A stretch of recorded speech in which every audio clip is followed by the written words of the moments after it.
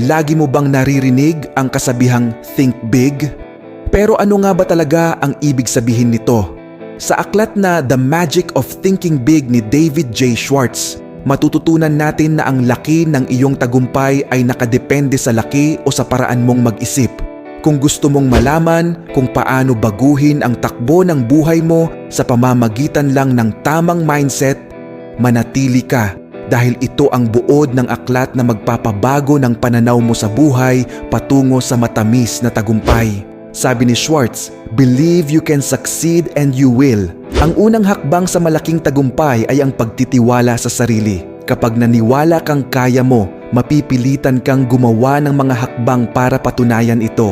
Pero kung duda ka, hihinto ka bago ka pa magsimula. Kaya ang sikreto, palitan ang salitang hindi ko kaya ng paano ko kaya magagawa. Halimbawa, gusto mong magtayo ng negosyo pero iniisip mong baka malugi. Kung ganun ang mindset, hindi ka nakikilos. Pero kung ang tanong mo ay paano ko ito mapapatakbo ng maayos, nagsisimula ng gumana ang utak mo nun para maghanap ng solusyon. Alam mo ba na marami ang hindi umaasenso dahil may sakit sila na tinatawag ni Schwartz na excuseitis, na ang ibig sabihin ay hindi na maubusan ng paggawa ng dahilan.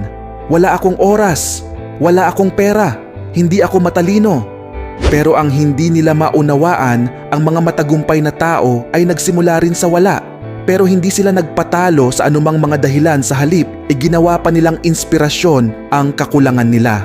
Dapat mong tandaan na stop making excuses and start making moves. Kailangan mo ring lakihan o taasan ang goal mo dahil kung maliit kang mag-isip, maliit din ang resulta sigurado. Alam mo bang ang mga taong successful ay yumaman hindi lang dahil mas matalino sila, mas malaki lang talaga silang mangarap. Hindi sila natatakot mag-set ng malaking goals dahil alam nilang kahit hindi nila makuha lahat, siguradong mas malayo pa rin ang mararating nila kumpara sa maliit lang ang target na goal.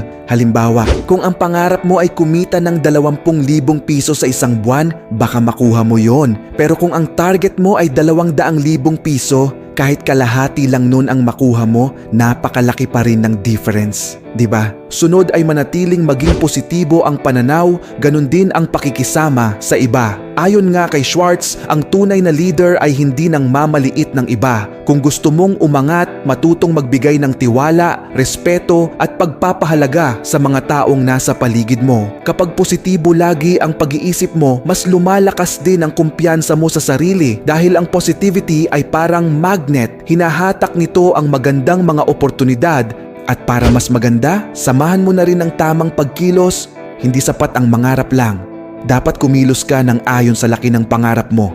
Alam mo bang ang taong malaki ang pag-iisip ay hindi natatakot magdesisyon, magkamali at matuto? Dahil naniniwala silang action creates confidence. The more you act, the more you believe in yourself. May kasabihan pa nga na big thinkers are doers. Small thinkers wait. Sa huli, ang aklat na The Magic of Thinking Big ay hindi lang tungkol sa positive thinking. Ito ay tungkol sa pagkakaroon ng malaking pananaw sa buhay. Maniwala sa sarili mo, iwasan ang palaging pagdadahilan, mangarap ng malaki, mag-isip ng mabuti sa iba, at higit sa lahat, kumilos. Sabi nga ni David Schwartz, ang sukat ng iyong tagumpay ay nakadepende sa laki ng iyong pagtitiwala sa sarili. Kaya simula ngayon, huwag mong limitahan ang sarili mo dahil kung gaano kalaki ang pangarap mo, ganun ding kalaki ang maaaring makamtan mo. Kung nagustuhan mo ang video na ito, huwag kalimutang i-like, i-share at mag-subscribe para lagi kang updated sa mga video na katulad nito. Ako si Aklat Kaalaman na nagsasabing, think big, live big. Maraming salamat mga kaibigan.